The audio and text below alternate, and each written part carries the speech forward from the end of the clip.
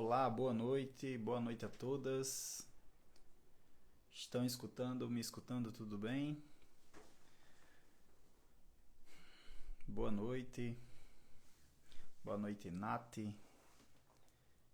Natália, Jaqueline, Eveline, Hilva.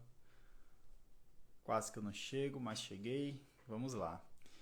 Bem, pessoal, boa noite, sejam bem-vindas, sejam bem-vindos a mais uma live, perguntas e respostas em cirurgia bariátrica. Para quem não me conhece, para quem está chegando pela primeira vez, meu nome é Luiz Felipe Antunes, sou cirurgião bariátrico e do aparelho digestivo. E aqui eu ajudo vocês que estão aí na jornada bariátrica, no pré-operatório, no pós-operatório, a conquistarem mais qualidade de vida, a ativarem o potencial, todo o potencial do tratamento bariátrico de vocês e alcançar aí o sucesso no tratamento, né? Entender o que é esse sucesso e o controle das comorbidades, das doenças que se relacionam à obesidade, tá? Então, vamos lá. A live de hoje ela funciona da seguinte forma: eu sempre abro uma caixinha de perguntas próximo à live, vocês mandam algumas perguntas, eu seleciono algumas delas que possam ajudar o maior número de pessoas, tá? Estão escutando aí, pessoal? Tudo ok? Deixa eu ver aqui se melhora. Tá melhor o áudio agora? Me avisem se ficou melhor, se tá pior. Vamos lá. Então, vocês mandam as perguntas de vocês. Então, tenta ver aí quem tá abaixo o áudio, vê se aumenta aí um pouquinho. Talvez seja o celular de vocês. E vocês mandam as perguntas e eu seleciono algumas e eu também seleciono algumas perguntas ao vivo aqui agora. Joia? Então, vamos lá para a primeira pergunta. Essa pergunta é da Patrícia Camargo. Qual a melhor dieta seguir após a cirurgia? Pois vejo muita variação de nutricionista para nutricionista. Pessoal, a dieta ela não é uma receita de bolo, tá? A dieta ela não é uma forma pronta que vai ser reproduzida em todos os pacientes. Cada paciente terá uma dieta, pode ser algo parecida, mas ela é uma dieta individualizada. E depende também da forma como o profissional, no caso o profissional da nutrição e da equipe como um todo, do próprio cirurgião, costuma trabalhar. Nós temos aí um esqueleto, vamos dizer assim, um formato genérico dessa dieta, tá? Que é um formato muito parecido no que diz respeito à evolução da consistência da dieta. Então, começamos com dieta mais líquida, uma dieta que a gente chama de líquidos claros, né? Líquida sem resíduos, e vamos evoluindo, vamos progredindo a consistência dessa dieta ao longo dos dias, das semanas. De maneira que a maioria das equipes, elas vão fornecer, vamos dizer assim, vão montar um planejamento nutricional em que o paciente ali, após um mês da cirurgia, ele já está com a dieta livre, né? Uma dieta branda, uma consistência normal dessa dieta. Obviamente, cada profissional tem seu jeito, sua marca, vamos dizer assim, de trabalho. Então, alguns nutricionistas vão formar uma dieta de uma determinada forma, vão montar essa dieta, outros vão montar de outra forma. Mas, inclusive, na evolução da consistência da dieta. Então, essa evolução da consistência, ela varia.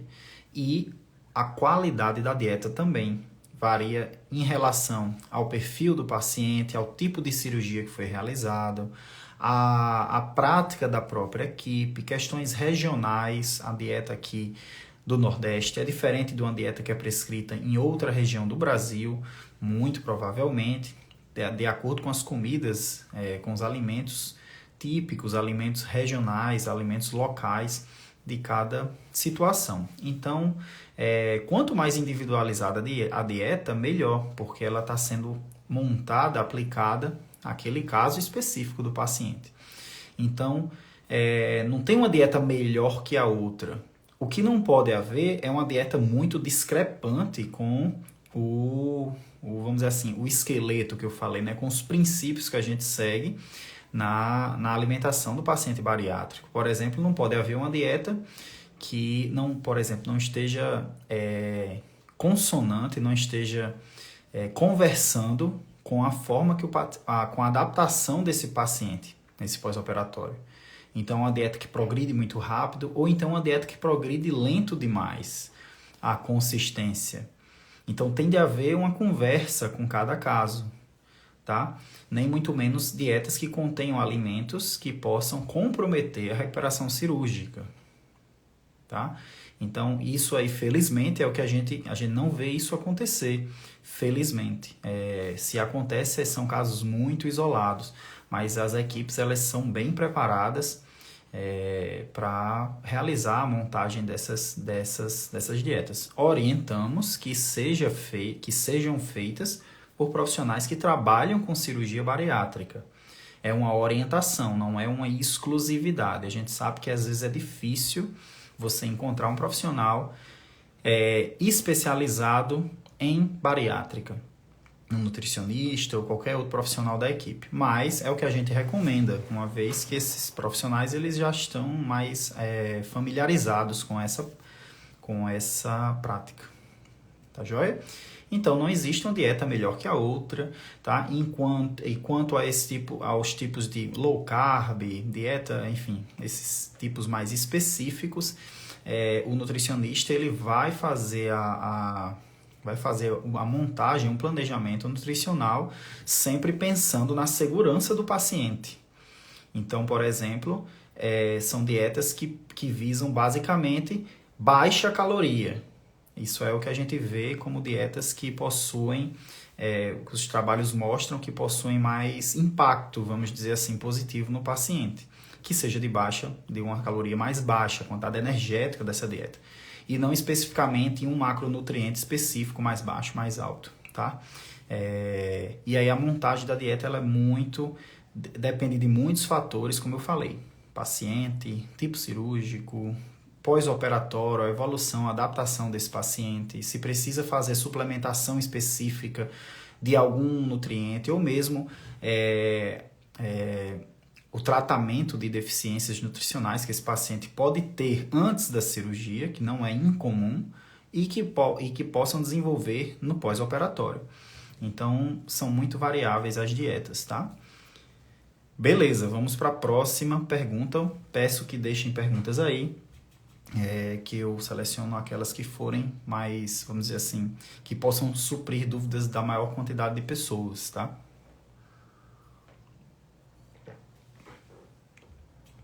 Beleza. Segunda pergunta. Em quanto tempo o bariátrico tem que bater sua meta? Essa pergunta foi da Wanda Lúcia. Essa palavra meta, eu tenho muito cuidado em utilizá-la. Eu, sinceramente, não gosto muito dessa palavra meta. Parece até que a pessoa é um vendedor, né? Tem que bater a meta de venda, alguma coisa assim. Brincadeiras à parte, a gente tem que ter muito cuidado com essa palavra meta de perda de peso, meta de peso, alcançar determinado peso após. Por quê? Primeiro, porque a meta, como o nome diz, é um objetivo que o seu cirurgião, sua equipe traça, planeja para alcançar. Só que o peso é totalmente fora do controle do cirurgião, do nutricionista, do paciente. Então, eu tenho muito cuidado em usar essa palavra meta de perda de peso, porque a meta tem que ser algo que a gente tem controle muitas vezes. E o peso é algo que a gente não tem controle. O peso é uma consequência de várias ações que a gente toma. Então, antes de levarmos em conta o resultado, a gente tem que valorizar mais as ações que nos levam a aumentar a chance de atingir aquele resultado. Então, quando eu vou falar para os meus pacientes no consultório, eu sempre enfatizo esse aspecto de que as ações são mais importantes, principalmente ali no primeiro ano da cirurgia, do que os resultados. Os resultados é o que a gente procura, claro, a gente não pode menosprezar, ignorar, por exemplo, uma determinada perda de peso depois de X meses, né? Mas mais importante para o paciente, principalmente nesse primeiro ano, é as ações, porque as ações ele tem total controle. O paciente decide, com raras exceções, se ele vai para a academia todo dia da semana ou não.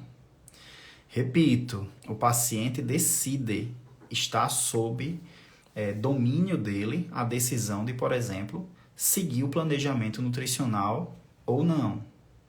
Agora, o paciente, nem muito menos o cirurgião ou a equipe, qualquer pessoa da equipe, controla o peso que ele vai atingir. A gente não tem a habilidade ainda de configurar a cirurgia de tal forma que a gente consiga fazê-lo perder tantos quilos que ele sempre quis. Não existe isso.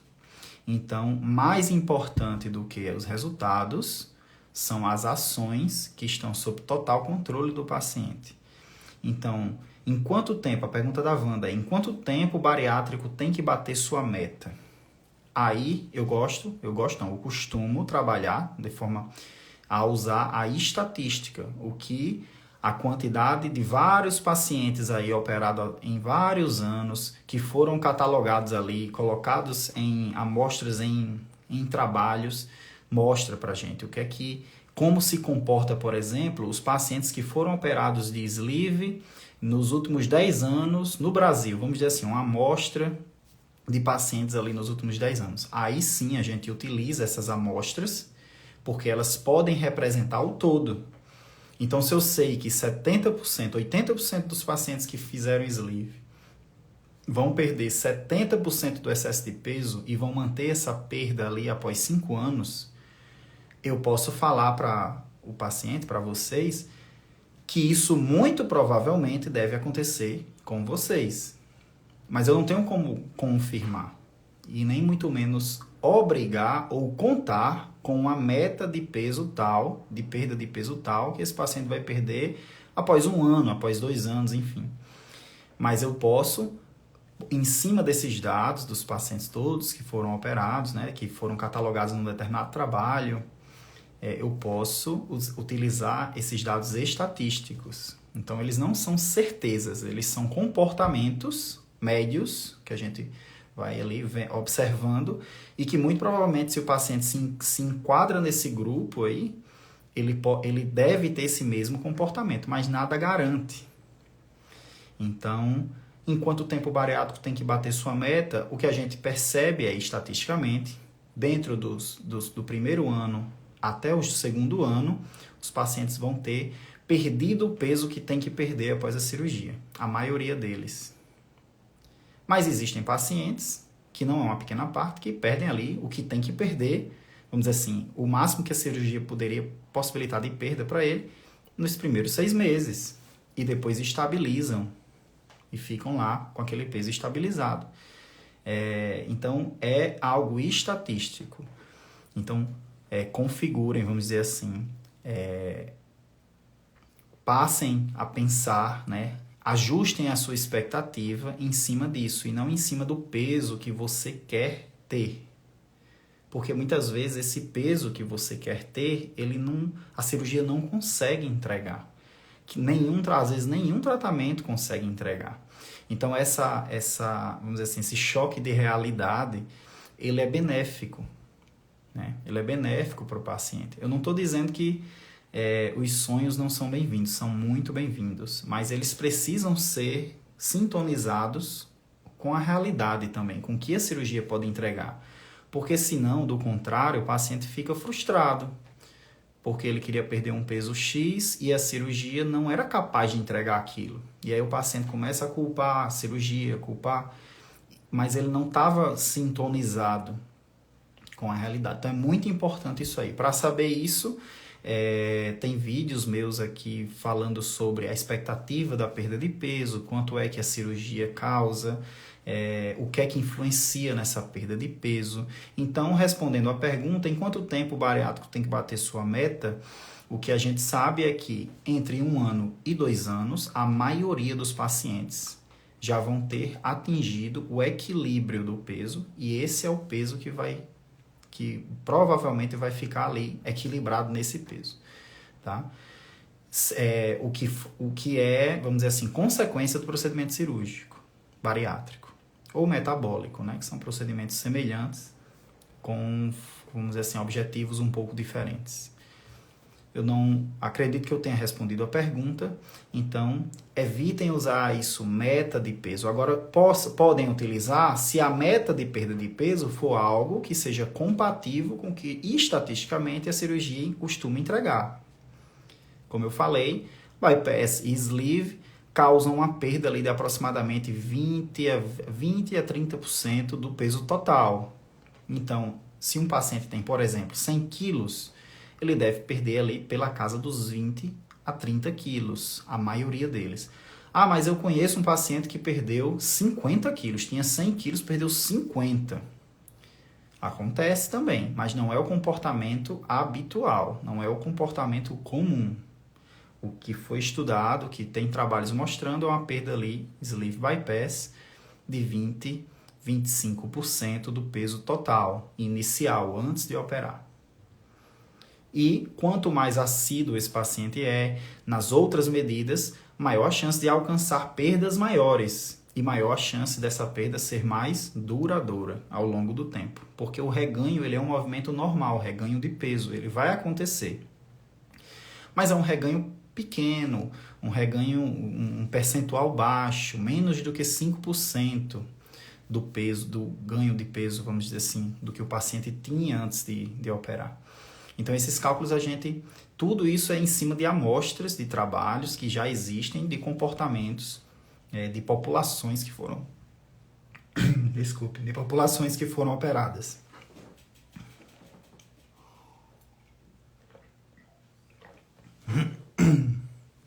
De populações que foram operadas, tá? Esses trabalhos, essas expectativas que a gente fala, é em cima desses trabalhos, tá? Não é algo que a gente não pode, não deve, enquanto cirurgiões, enquanto equipe, dizer que o paciente vai perder o peso que ele aspira a perder, se não for compatível com o que a cirurgia costuma entregar. Isso é uma forma responsável de realizar o tratamento bariátrico. Porque se a gente coloca uma meta irreal, uma expectativa que é além da realidade do que a cirurgia costuma entregar, o paciente se frustra muito. E ao se frustrar, ele perde o ânimo de realizar as ações que ele deve realizar. Que, como eu falei, as ações devem pesar mais, ser mais importantes para vocês do que o número da balança, que a gente não tem controle nenhum. Tá? Então, é muito importante esse ajuste de prioridades, vamos dizer assim, graus de prioridades.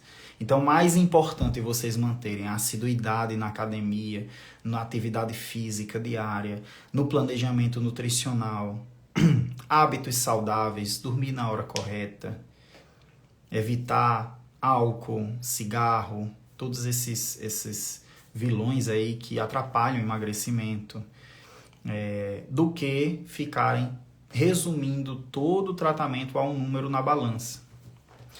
E é um trabalho diário é um trabalho diário que a gente tem com vocês aqui, porque isso melhora inclusive a percepção, a qualidade de vida de vocês muda, quando o número da balança deixa de ser o balizador de tudo, né? Verdades duras, são verdades duras que eu estou falando aqui, mas é uma mudança de mindset, é uma mudança de mentalidade que traz mais qualidade de vida, mais paz, inclusive, mais saúde mental. Então, esse ajuste de expectativa é muito importante. Vamos lá, agora a próxima pergunta é do Casulo da Bari, acho que é um perfil. Pode usar caneta de semaglutida depois da bariátrica e parar de emagrecer? A semaglutida, pessoal, é uma medicação relativamente recente que ela simula, vamos dizer assim, ela é um análogo de um hormônio que causa mais saciedade, diminui a fome, né? E esse hormônio, ele gera efeitos parecidos com os efeitos que a cirurgia bariátrica causa, né? Então, essa classe de medicações é onde atualmente a indústria está em cima, porque são medicações que têm um potencial muito grande de benefícios no tratamento da obesidade, do diabetes também, né, da síndrome metabólica, enfim. E, evidentemente, que essas medicações, elas são adjuvantes importantes, são ferramentas importantes no tratamento da obesidade, inclusive no tratamento de pacientes bariátricos que já realizaram a cirurgia bariátrica, que porventura desenvolvem um reganho de peso. Então, é uma medicação que pode sim ser utilizada após a cirurgia em pacientes que têm reganho, tá? Então, não é algo proibido, nem é totalmente possível. Quando o paciente realiza a cirurgia bariátrica, a conformação, a mudança anatômica que a gente faz ali no sistema digestivo, no estômago, no intestino, enfim, ele promove uma produção natural, um aumento dessa liberação e produção natural desses hormônios. E são muitos hormônios, não é um nem dois.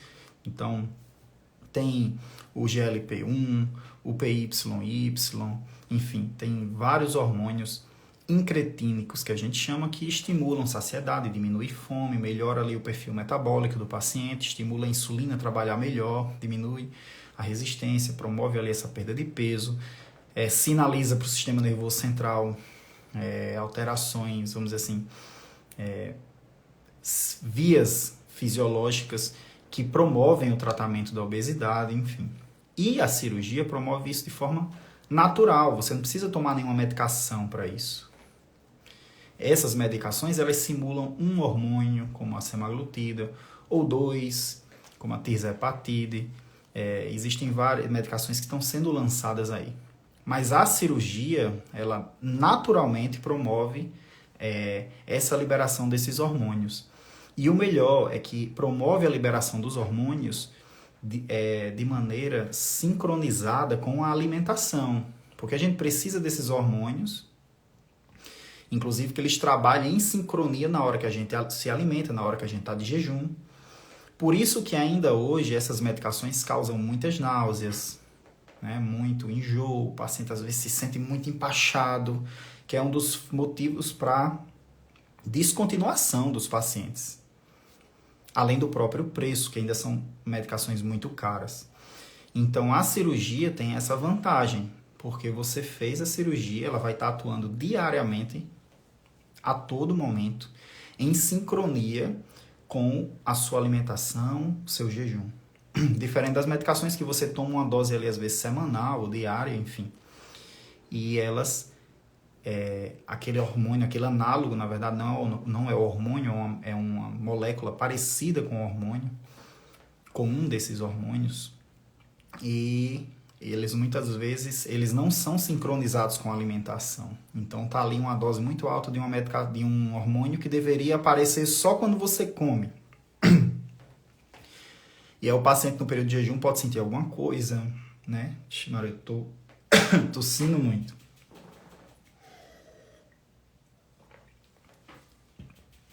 Então, mas são ferramentas fantásticas, promissoras no tratamento da obesidade. E quanto mais ferramentas existirem, melhor. Quanto mais medicações forem sendo lançadas para a obesidade, melhor. Porque são mais ferramentas, mais armas que a gente tem contra a obesidade, que é uma doença complexa que precisa de várias frentes, né? Que precisa de várias ferramentas para estarem atuando ali no benefício do paciente, tá? Beleza, vamos lá para mais uma pergunta. Essa pergunta é da Fernanda Rodrigues. Estou com 2 anos e 9 meses de cirurgia. Esse mês vi na balança 1 quilo a mais de peso. Mas como não estou treinando esse mês, creio que seja retenção. Como posso ter certeza? 1 quilo de peso, pessoal, uma variação de 1 quilo é uma variação normal diária. Se você passar o dia, por exemplo, no sol, você vai, por exemplo, suar muito, desidratar. Você provavelmente, quando se pesa começando o dia e terminando, vai ter uma variação ali de 1 quilo, 1,5 kg, 2. Isso é uma variação normal. Não significa nada praticamente. Pode ser só uma questão mesmo pontual ali da hidratação, por exemplo. Então, essa variação de 1 quilo não significa exatamente nada. Pode ter sido desidratação, pode ter sido, enfim. Às vezes o ciclo menstrual que a mulher se encontra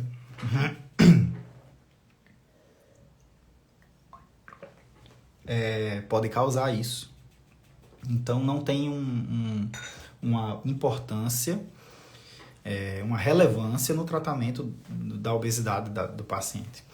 Variações maiores, mais persistentes, tá? 10 quilos, 15 quilos, que o paciente ali apresenta e não consegue recuperar. Então é preciso analisar, aí sim. Mas nesse caso, uma variação de 1 quilo não é relevante nesse caso, diante desses fatores que podem causar a variação desse peso, tá? Beleza, vamos para a próxima pergunta. Essa pergunta é da Hilva. Diferencie entalo de dumping. Porque quando entalamos, babamos muito. De onde vem tanta saliva, né? Tanta secreção. O entalo, pessoal, o nome já diz, é quando o paciente deglute o alimento e sente ele preso, ele não desce. Aquela sensação de pressão aqui no meio do peito, aquela sensação mesmo de angústia no peito. Isso acontece quando o paciente não mastiga direito, quando come muito rápido, quando come com líquidos. Ou seja, para evitar o entalo, tem que mastigar bem, tem que justamente fazer o que evitar o que causa isso. Mastigar bem, comer devagar, não misturar líquidos com sólidos, respeitar a progressão da dieta. Se persiste mesmo realizando isso, aí tem que investigar. Endoscopia, vai no cirurgião, para ver se esse entalo não é causado por um estreitamento ali, que é o que a gente chama de estenose. E o dumping é um fenômeno, né, que acontece em pacientes que realizam cirurgias do trato digestivo alto, entre elas a cirurgia bariátrica.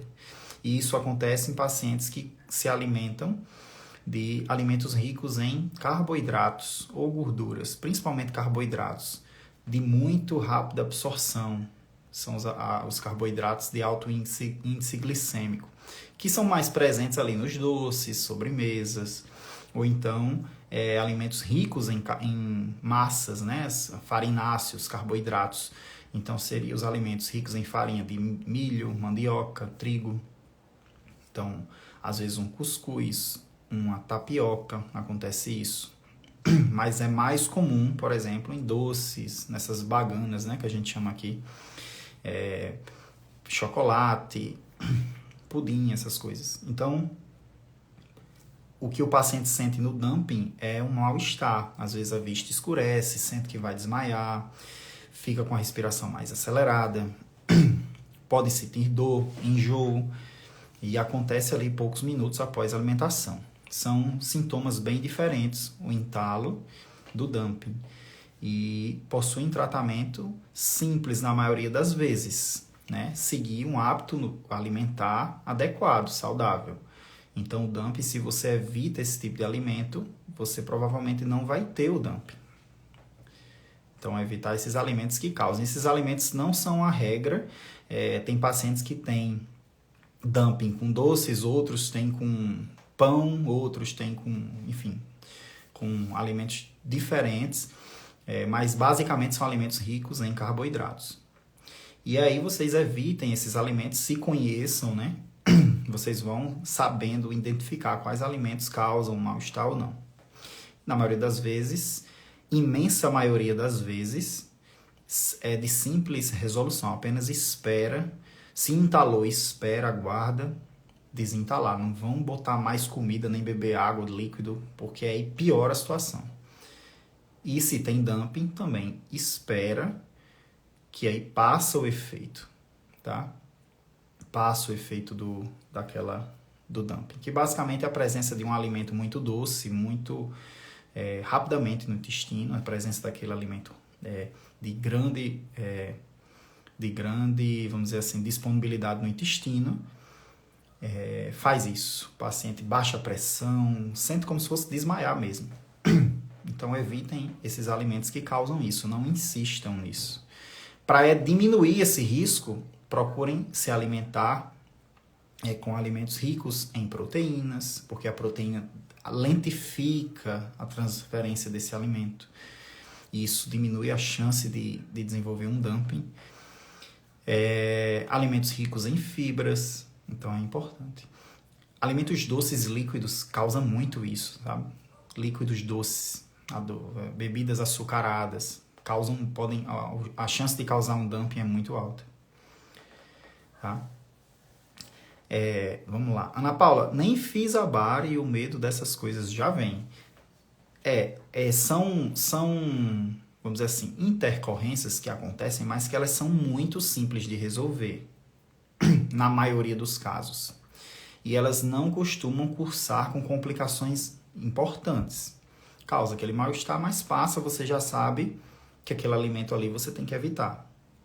Ou diminuir a quantidade, ou associar alimentos, como eu falei, que melhoram, que diminuem o risco desses sintomas. Tá? Olha aí a Marellen dizendo, tem dumping, acredito, com cuscuz, tapioca, pão. Tem gente que tem com alimentos doces demais, né?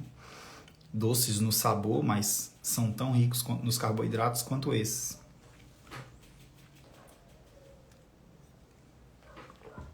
Vamos lá para a próxima. Sim, ela perguntou, por que quando entalamos babamos tanto? De onde vem tanta baba, tanta saliva?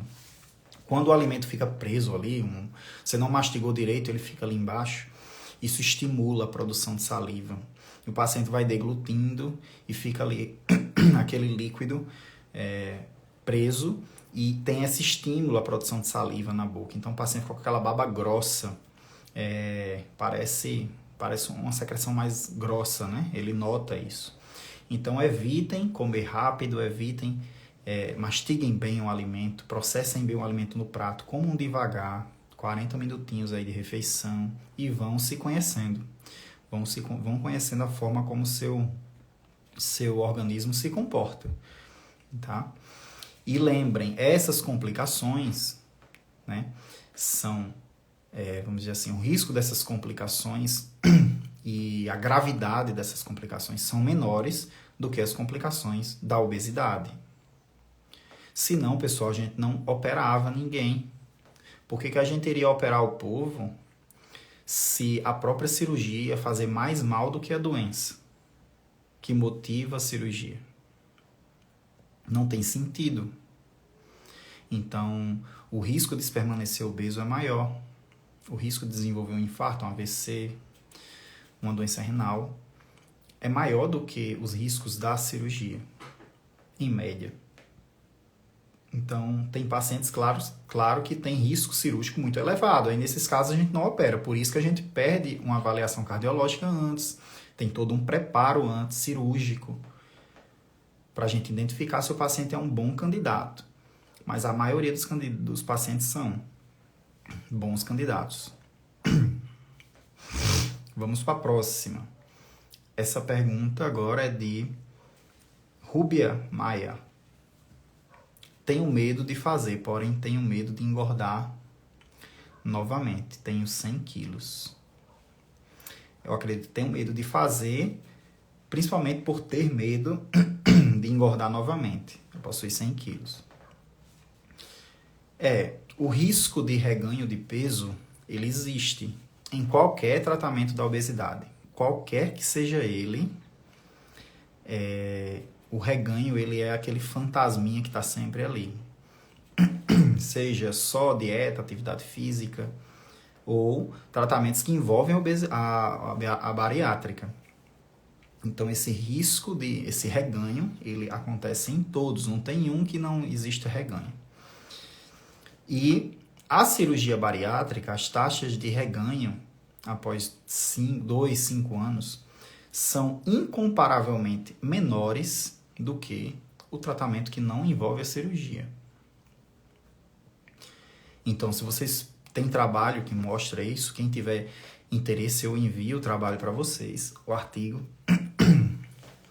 que mostra que pacientes após 5 anos que realizaram somente dieta, atividade física, medicações, eles vão apresentar, após 5 anos ali, 99% deles apresentam um reganho de peso praticamente semelhante ao peso que começaram o tratamento.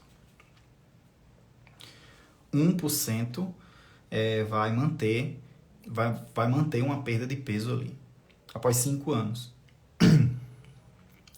Em relação, isso se comparou com um grupo que fez bypass, porque esse estudo não é um estudo tão recente, e o bypass é uma das técnicas que tem mais tempo, né? Que a gente conhece por mais tempo. E aí, com o bypass, o reganho foi de 20%. Então, você pega 99% comparado a 20%. 99% dos pacientes que fizeram tratamento de obesidade sem a bariátrica reganharam, enquanto que os que fizeram bypass foi 20%. Ou seja, 1% dos pacientes que fizeram dieta, atividade física, sem a cirurgia bariátrica, mantiveram a perda de peso, enquanto que 80% dos que fizeram bypass mantiveram a perda de peso ali de aproximadamente 70% de perda do excesso de peso. Então não há comparação. É a terapia mais eficaz, principalmente no que diz respeito à manutenção da perda de peso ao longo do tempo. O sleeve é algo parecido também, tá? O sleeve tem um pouco mais de reganho do que o bypass, mas é um reganho que não é clinicamente relevante. 2 quilos, 3 quilos, enfim, é muito baixo o reganho. Então, não se compara. Aí a Rúbia perguntou, né? Tenho medo de fazer porque tenho medo de engordar novamente. Em não fazendo a cirurgia bariátrica, se ela tem indicação, o que resta para ela são os métodos não cirúrgicos, que possuem uma taxa de reganho muito maior. Então, é um medo que ele é compreensível, claro, mas se comparar com as opções que existem, não se compara, porque o reganho é bem menor. Tá? Vamos lá para a pergunta da Gil Santana. Tenho 1 mês de bariátrica, fiz bypass. Operei com 95 quilos, só perdi 7. Vamos lá. Então, eu escolhi essa pergunta porque ela mostra uma preocupação muito comum dos pacientes, que é como está a minha perda de peso nesse primeiro mês, no segundo, como é que ela está se comportando. Rapaz, tô rouquinho aqui. Como ela está se comportando nesse primeiro mês, no segundo. E será que está suficiente? Será que não está dando errado minha cirurgia? Então, nesse primeiro mês, pessoal, não dá pra gente saber nada. É um período muito curto, tá? É um período muito curto. Pois é, Thales, eu vou pegar uma aguinha aqui, rapidinho, senão eu não consigo continuar. Esperem só um pouquinho, pessoal. 2 minutos, rapidinho.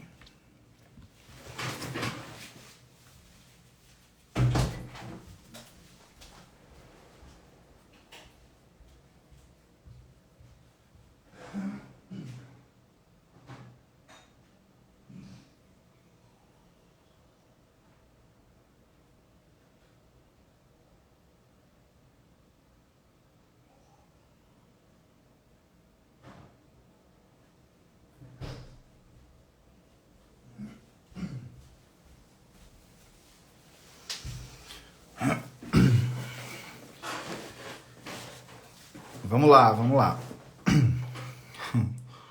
É difícil a vida.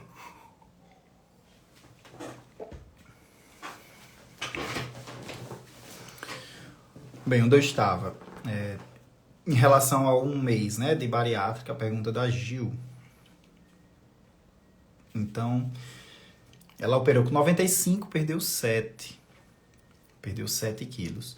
Se vocês forem ver o que é mais importante pra gente nesse primeiro ano, né, após a cirurgia, não é a quantidade de quilos absoluto, 5, 7, 6, porque isso depende do peso inicial do paciente. O que é mais importante é o percentual da perda de peso. Mas não é nesses primeiros 6 meses, é após os 6 meses, um ano que a gente leva em conta isso. Porque os primeiros 6 meses, as perdas de peso são muito individuais. Tem paciente que perde peso rápido, tem outros mais devagar. Então, ela perdeu 7 quilos e tinha 95. Ela perdeu basicamente quase 10% do peso total em um mês. É uma perda muito relevante. É uma perda compatível com o período dela. E mesmo que ela só tivesse perdido 2 quilos, não significaria nada.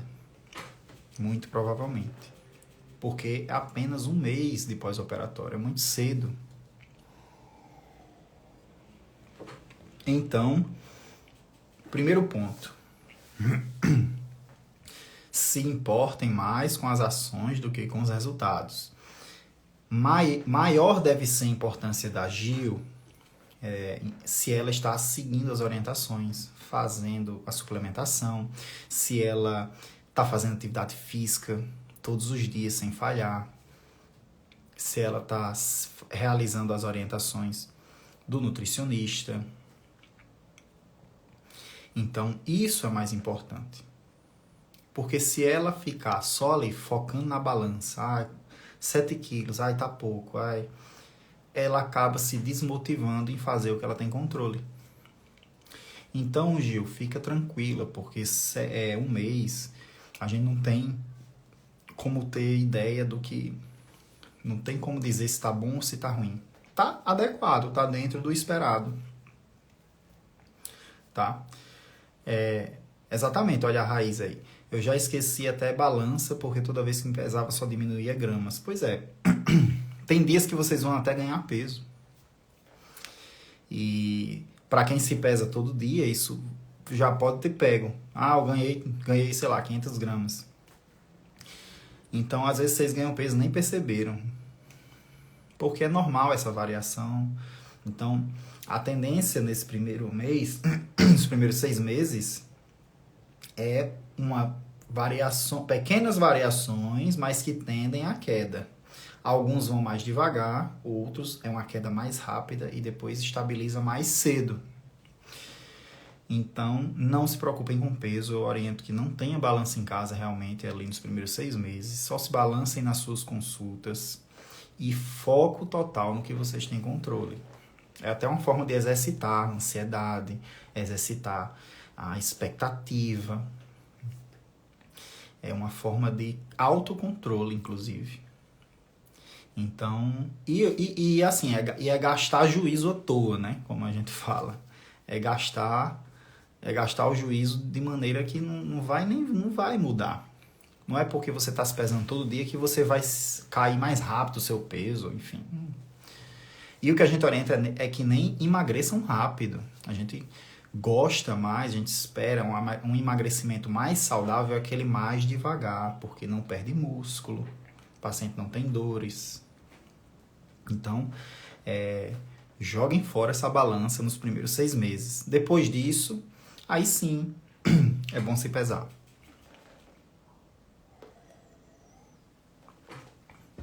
Beleza, eu vou selecionar agora aqui algumas perguntas ao vivo para a gente prosseguir.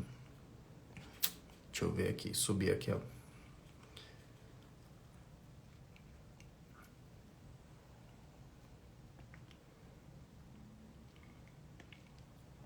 Deixa eu ver aqui uma pergunta que vocês fizeram.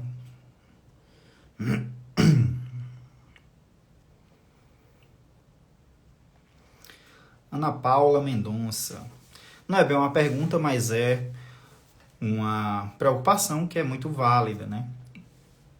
Tenho medo da anestesia, fico pensando que não vou acordar. Ana Paula, a anestesia ela é realizada após uma avaliação, né? Então, é anestesia geral e tem toda uma avaliação cardiológica. Existe uma consulta pré-anestésica que o anestesista ele avalia o paciente antes e ele já conhece como vai ser, por exemplo, a intubação. Ele já conhece o paciente tem alguma doença que contraindique o uso de algum anestésico específico. Então, é um preparo que é feito antes. Isso não só para cirurgia bariátrica, é feito para a maioria das cirurgias, né, que a gente faz. Então, não realizamos a cirurgia, nem muito menos a anestesia, que é a etapa essencial, de uma forma de qualquer jeito, vamos dizer assim. Claro que para tudo existem riscos. Existe risco para operar e existe risco em não operar, em se permanecer obeso. Em tudo há risco. Então, não há como a gente escapar dos riscos. Mas temos de nos submeter, preferencialmente, aos menores riscos possíveis. Por isso que a cirurgia é melhor do que se permanecer obeso. Vamos lá para outra pergunta. Essa é de Alexandre Duarte. Fiz sleeve hoje, está fazendo 1 ano e 3 meses. Tenho ainda como perder peso? Parei de perder faz uns 4 meses. Alexandre, 1 ano e 3 meses, naturalmente, a maioria dos pacientes já vão ter perdido o que tem que perder. E aí eles entram numa fase de estabilização de peso. Isso é normal, é esperado. Cabe analisar se o seu peso na estabilização ele já é compatível com o que a gente espera estatisticamente da cirurgia do sleeve, né? Então, se ele é compatível ou não a isso. Se não for, é preciso estudar o caso direitinho, identificar o que é que está havendo, se há algum parafuso que precisa ser ajustado nesse processo. Às vezes é uma dieta que não está adequada, é uma adaptação alimentar, é uma suplementação, hábito alimentar em casa, é o estilo de vida alterado. Às vezes a atividade física não está ok, às vezes o paciente até faz todo dia atividade física, mas é uma caminhada, uma coisa muito leve. Então tem muitas variáveis que dá para otimizar. E aí, otimizando essas variáveis, a gente consegue reativar a perda de peso. Mas tudo tem limites, né? O paciente não vai perder peso indefinidamente, só porque faz tudo certinho. A cirurgia, ela entrega o que costuma entregar. E aí, cabe a gente analisar a perda de peso tudo direitinho. Se a perda de peso é aquela que a cirurgia estava programada para entregar, vamos dizer assim, na maioria dos pacientes, então, ok. Certo? Vamos lá. Olha aí, parabéns para o Cal Oliveira. Para Cal Oliveira, eu fiz vesícula e bariátrica juntas, estou ótimo. 17 dias hoje. Ótimo, parabéns.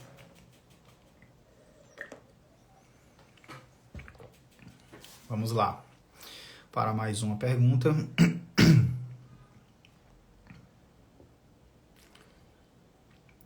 Deixa eu ver aqui. A temperatura dos caldos na fase... Essa pergunta é da Cacilda Melo. A temperatura dos caldos na fase líquida, como você indica? Aquela que não queime sua boca, né? Então, a temperatura que seja compatível, tem que ter cuidado para não queimar. Mas como qualquer pessoa, tá? Não tem uma temperatura específica e tal. Evite ser muito quente, não precisa disso, algo morno, tá? E nessa fase líquida, como há a cicatrização, não vão se queimar, pelo amor de Deus, tá? Então, é algo morno, como a alimentação normal, tá? Do paciente não operado. Não vão colocar bebidas muito quentes, tá? Porque daqui que ela chegue, vamos dizer que você toma algo muito quente, daqui que ela chegue, esse líquido muito quente, chegue no esôfago, no estômago operado, ele já perdeu o calor na boca, no esôfago, ele já queimou isso aqui antes. Então, a temperatura é uma temperatura que não queime vocês, tá joia? Vamos lá para mais uma pergunta. Deixa eu ver algumas perguntas que fizeram lá no início.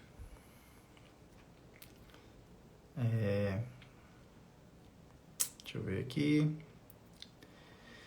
Cacilda, mais uma vez, foi uma pergunta que eu vi dela. Achei interessante. Meu metabolismo é muito lento. Vou fazer a bariátrica. Será que terei dificuldade para eliminar peso? Metabolismo lento, Cacilda, é um termo que é, assim, um pouco controverso, porque o metabolismo, vamos dizer assim, a energia que o organismo utiliza para estar fazendo suas funções normais, é uma energia um pouco, vamos dizer assim, é um gasto energético um pouco estável. Vai depender de como está o seu organismo. Então, por exemplo, se você tem muito músculo, você é uma pessoa musculosa, o gasto energético para manutenção do tecido muscular, que é um tecido muito ativo, comparado, por exemplo, ao tecido gorduroso, ele gasta mais energia. Então, por isso que quanto mais músculo o paciente tem, vamos dizer assim, tá? Quanto mais tecido muscular ele tem, maior a energia que ele gasta no repouso. Então, ele tende a precisar de mais energia para estar em repouso ali, sem estar fazendo atividade muscular. Vamos dizer que duas pessoas sentadas, uma muito musculosa e outra que não tem tanto músculo. A musculosa, naturalmente, vai gastar mais energia ali, sentadinha, paradinha. Porque a musculatura, o tecido muscular é um tecido mais ativo. É o que a gente chama de taxa metabólica basal. Então, quanto mais músculo você tem, mais energia você precisa da dieta para manter o mesmo peso. Senão, você vai perder peso. Isso num paciente que tem muito músculo. Aí acaba perdendo músculo também. Melhor, acaba perdendo músculo, principalmente. E pacientes que têm algum estado de doença. Por exemplo, uma pessoa com febre, tá? Como está ali, só aumento da temperatura do corpo aumenta ali a taxa de gasto energético. Então, depende da situação. Então, um paciente que não tem tanto músculo, a taxa metabólica dele é uma taxa estável, muito comparável com outros. Então, não tem isso muito de metabolismo lento, tá? A dificuldade para eliminar peso, na verdade, é se esse paciente queima essas calorias.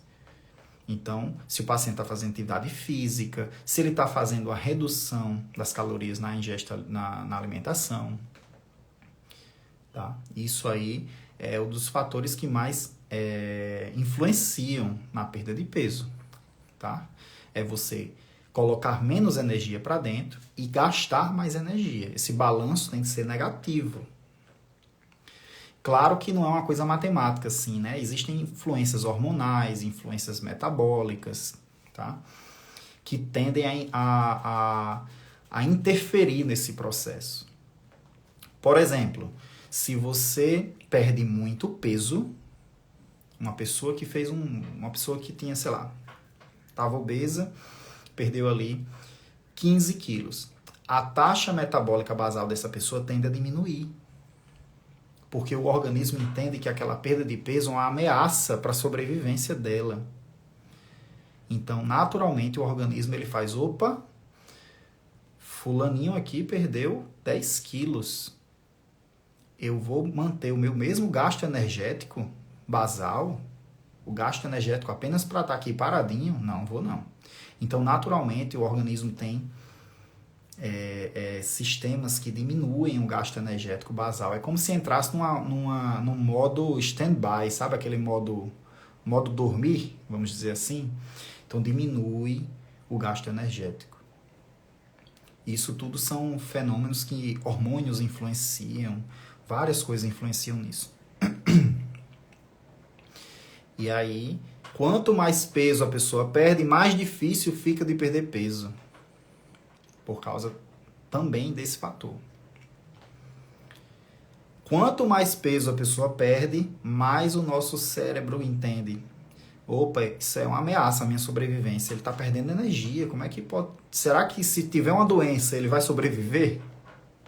Então, o que é que ele faz? Ele aumenta a fome desse paciente. Ele diminui a saciedade para que o paciente, ou para que o indivíduo, ele procure mais alimento. Só que com a cirurgia bariátrica, a gente consegue meio que burlar isso na raiz do problema, na raiz do sistema. A gente atua justamente nessa dinâmica hormonal aí, de aumento da fome e diminuição da saciedade quando o paciente perde peso. Então, por isso que há essa perda de peso mais intensa. Por isso que é tão difícil perder peso só com dieta e atividade física. Porque o organismo ele tem sistemas que têm milhares de anos na evolução que protegem a pessoa de uma ameaça à sua sobrevivência por causa de uma privação de energia, vamos dizer assim, de alimento, né? Então, por isso que, no caso, dieta e atividade física isoladamente, eles atrapalham, se o paciente vai perdendo muito peso, eles começam a atrapalhar a perda de peso. Porque eles vão contra ali a fisiologia do paciente. E por isso que a cirurgia bariátrica é tão potente, porque ela meio que vai na raiz dessa sinalização hormonal.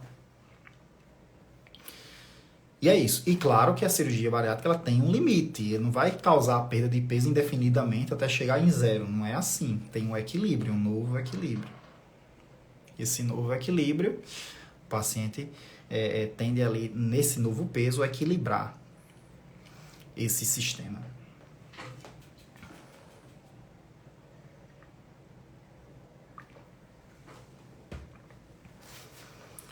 Vamos lá.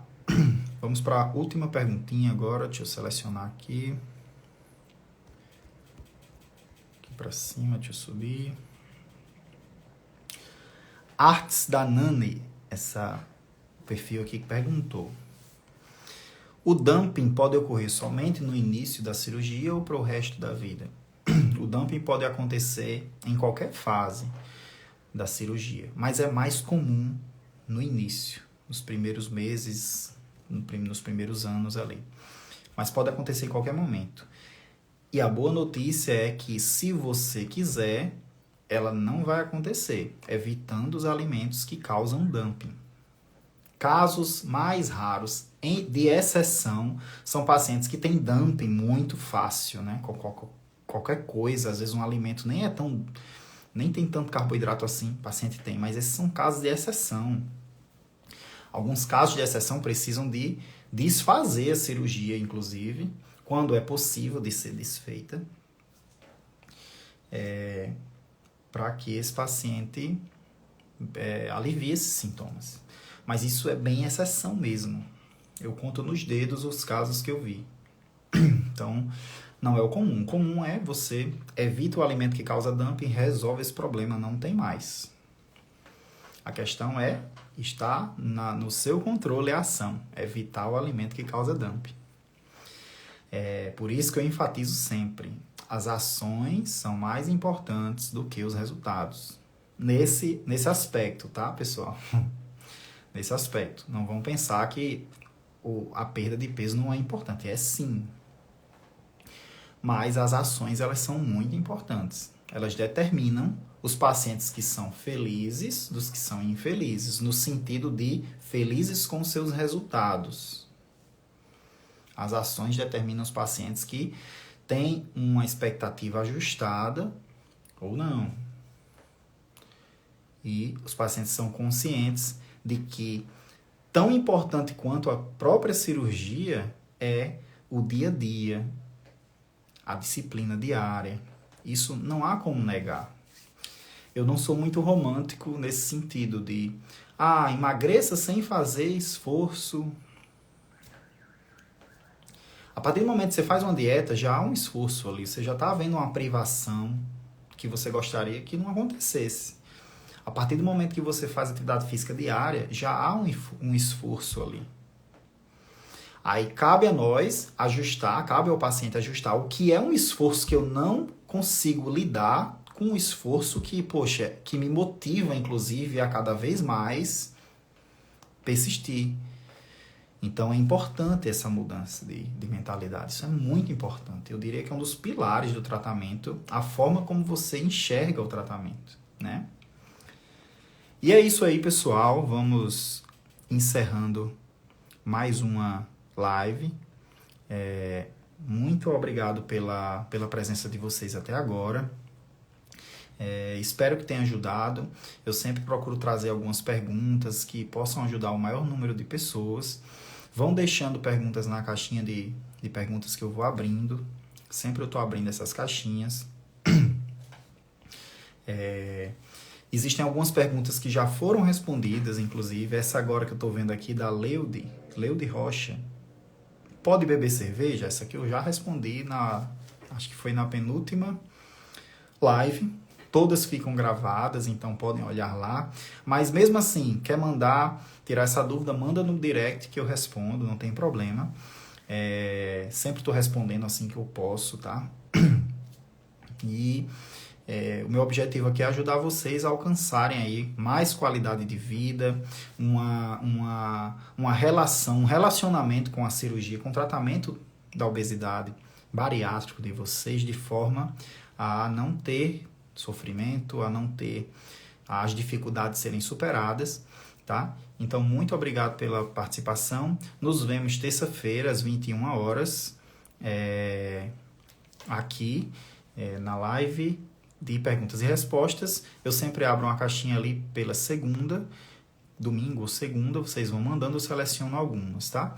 E muito obrigado e até próxima terça. Até mais, pessoal.